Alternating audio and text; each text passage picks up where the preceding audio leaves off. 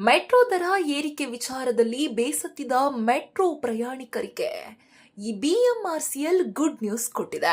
ಹೌದು, ಹಳದಿ ಮಾರ್ಗದಲ್ಲಿ ನಾಳೆಯಿಂದ 8ನೇ ಮೆಟ್ರೋ ರೈಲು ಸೇರ್ಪಡೆಯಾಗುತ್ತಿದೆ. ಇದರಿಂದ ಪೀಕ್ ಅವರ್ ಸಮಯದಲ್ಲಿ ರೈಲುಗಳ ಅಂತರ 10 ನಿಮಿಷದಿಂದ 9 ನಿಮಿಷಕ್ಕೆ ಕಡಿಮೆಯಾಗಲಿದೆ. ಸದ್ಯ 7 ರೈಲುಗಳೊಂದಿಗೆ ಕಾರ್ಯಾಚರಣೆ ನಡೆಯುತ್ತಿದ್ದರೆ ಹೊಸ ಸೇರ್ಪಡೆಯಿಂದ ಪ್ರಯಾಣಿಕರಿಗೆ ಇನ್ನಷ್ಟು ಅನುಕೂಲವಾಗಲಿದೆ. ನಾನ್ ಪೀಕ್ ಅವಧಿಯಲ್ಲಿ 18 ನಿಮಿಷದ ಬದಲು 14 ನಿಮಿಷಕ್ಕೊಮ್ಮೆ ರೈಲು ಸಂಚರಿಸಲಿದೆ. ಸೋಮವಾರದಿಂದ ಶನಿವಾರದವರೆಗೆ ಪೀಕ್ ಅವರ್ನಲ್ಲಿ 9 ನಿಮಿಷದ ಅಂತರದಲ್ಲಿ ರೈಲುಗಳು ಸಂಚರಿಸಲಿವೆ. ಆದರೆ ಭಾನುವಾರದ ವೇಳಾಪಟ್ಟಿಯಲ್ಲಿ ಯಾವುದೇ ಬದಲಾವಣೆ ಇಲ್ಲ.